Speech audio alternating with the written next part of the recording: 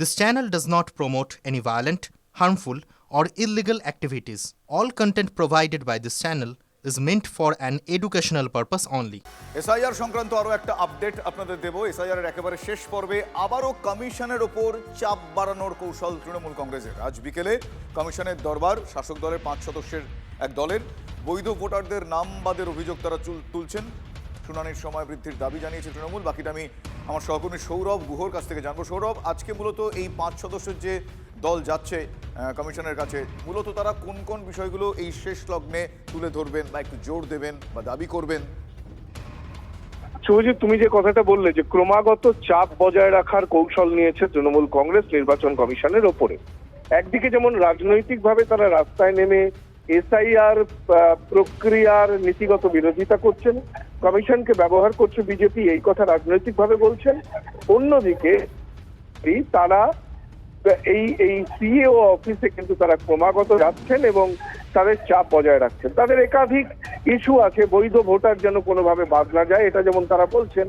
পাশাপাশি বিএলওদের ওপর চাপ বা কোনো ভোটার লাইনে দাঁড়িয়ে কেউ অসুস্থ হয়ে পড়া কোনো ভোটার, সেই জায়গাটাও কিন্তু তারা বারংবার তুলে ধরেছেন। দুদিন আগেও তুলে ধরেছিলেন, আজকেও পার্থ ভৌমিক, শশী আজাদের নেতৃত্বে 5 সদস্যের দল কিন্তু যাচ্ছেন। অর্থাৎ একদিকে রাজনৈতিক ময়দানে এর বিরোধিতা করা, অন্যদিকে এই যে বিধিবদ্ধ সংস্থা, সাংবিধানিক সংস্থা, তার উপর চাপ বজায় রাখা, এই দ্বিমুখী কৌশলই কিন্তু নিয়েছে তৃণমূল কংগ্রেস। ধন্যবাদ সৌরভ।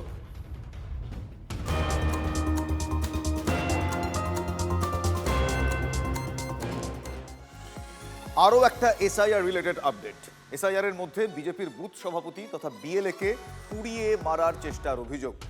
গভীর রাতে আগুন ধরিয়ে দেওয়া হয় সুজিত বিশ্বাস নামে ওই ব্যক্তির বাড়িতে। বিজেপি নেতাকে খুনের চেষ্টার অভিযোগ তৃণমূল কংগ্রেসের বিরুদ্ধে। কোনো ক্রমে প্রাণে বেঁচে বিজেপি নেতা পরিবার তারা বেরোতে পেরেছেন। ঘটনার সামনে আসতেই শোরগোল পড়ে গিয়েছে এলাকাটি জগদ্দলের কাউগাছি। বিজেপি করায় এবং বিএলএ হওয়ায় হুমকি দিত তৃণমূল, দাবি সুজিতের। আমার সহকর্মী অনন্ত এই মুহূর্তে আমার সঙ্গে টেলিফোনে রয়েছে। অনন্ত, এখনো পর্যন্ত যা যা ইনফরমেশন পাওয়া গিয়েছে আমি জানালাম, কি কারণে এই ঘটনা ঘটানো হয়েছে বলে এখনো পর্যন্ত জানা যাচ্ছে? কারা ঘটিয়েছে, পুলিশ কি ব্যবস্থা নিয়েছে এখনো পর্যন্ত? দেখো, যে সুজিত বিশ্বাস বিএলএ 2 জগদ্দল বিধানসভায় 77 নম্বর বুথের তিনি বুথ প্রেসিডেন্ট।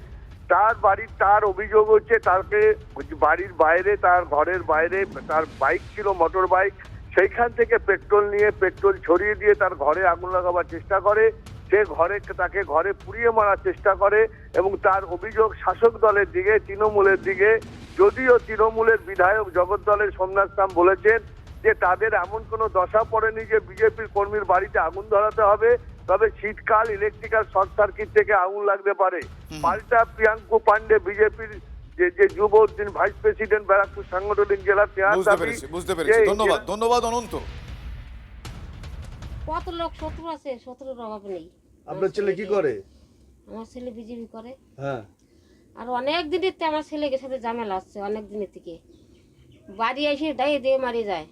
কারা পাড়ার লোক কি করে? তারা কারা, কোন দলে? তারপর আমার ছোট ছেলেরা এসে গলায় কোপ মারতে গেছে, আমরা ধাক্কা খেই করতে গেছি, ওর বাবার ধাক্কা মারি ফেলে দেয়, আবার ধাক্কা মারি ফেলে দিল। এর আগে একবার আমাদের উপর হামলা হয়েছিল আর ভাইকে কোপ মেরেছিল।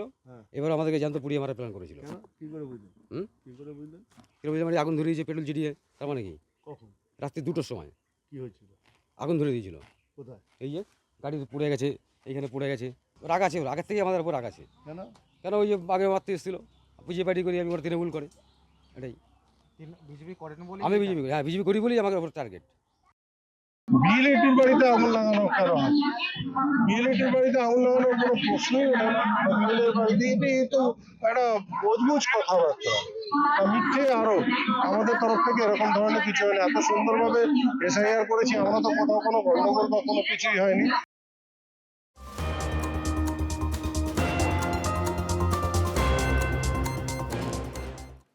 তৃণমূলের আপত্তি উড়িয়ে বহুতলে ভোট কেন্দ্র হচ্ছেই স্পষ্ট করে দিয়েছে নির্বাচন কমিশন। এখনো পর্যন্ত 7টি জেলা থেকে মোট 69টি বহুতলে আবাসনের তালিকা ইতিমধ্যে নির্বাচন কমিশনের কাছে পৌঁছেছে। 300 ভোটার রয়েছেন এমনই বহুতলকে পোলিং বুথ হিসেবে তৈরির জন্য বেছে নেওয়া হয়েছে। অন্যদিকে সিইও দপ্তর ওই তালিকা জাতীয় নির্বাচন কমিশনের কাছে পাঠাচ্ছে। বুথ তৈরিতে কলকাতা অনেকটাই পিছিয়ে, কারণ কলকাতা দক্ষিণ থেকে মাত্র 2টি, কলকাতা উত্তর থেকে মাত্র 8টি বহুতলে বুথের জন্য প্রস্তাব এসেছে। দক্ষিণ 24 পরগনা থেকে সর্বোচ্চ 25টি, উত্তর 24 পরগনায় 22টি বহুতলে বুথ হবে বিধানসভা নির্বাচনে, হাওড়া থেকে 4টি, হুগলিতে 5টি এবং পূর্ব বর্ধমানে মাত্র 3টি বহুতলে বুথ করার প্রস্তাব এখনো পর্যন্ত।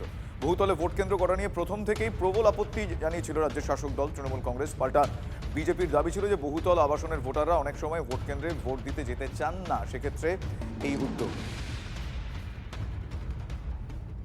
বহুতলের আবাসিকদের ভোট দিতে দেওয়া হয় না, ভয় দেখানো হয়। বহুতলে ভোট কেন্দ্র তৈরিতে আপত্তি কোথায়? বহুতলে ভোট কেন্দ্রের পক্ষে ঠিক এভাবেই সওয়াল করেছেন বিজেপি নেতা দিলীপ ঘোষ। এখন বহুতল কালচার হয়ে গেছে, একটা কম্পাউন্ডে 1000, 2000, 5000 ভোট আছে কলকাতাতেও। সেখানে যদি বুথ না হয় তাহলে বয়স্কদের যেতে অসুবিধা এবং তাদেরকে ভয় দেখানো হয়, গেটে তালা মেরে দেওয়া। তো সেখানে ইলেকশন কমিশন অবশ্যই এটা ভাবা উচিত। মুখ্যমন্ত্রী প্রকাশ্যে বলছেন না আবাসনে করা যাবে না, সব জায়গায় হতে পারে, কেন হবে না? যেখানে ভোটার আছে, যেখানে জায়গা আছে, সেখানে করতে অসুবিধা কী আছে? সমস্ত ব্যবস্থা আছে। তো সেই জন্য ইলেকশন কমিশন অবশ্যই এটা সিরিয়াসলি ভাবা উচিত।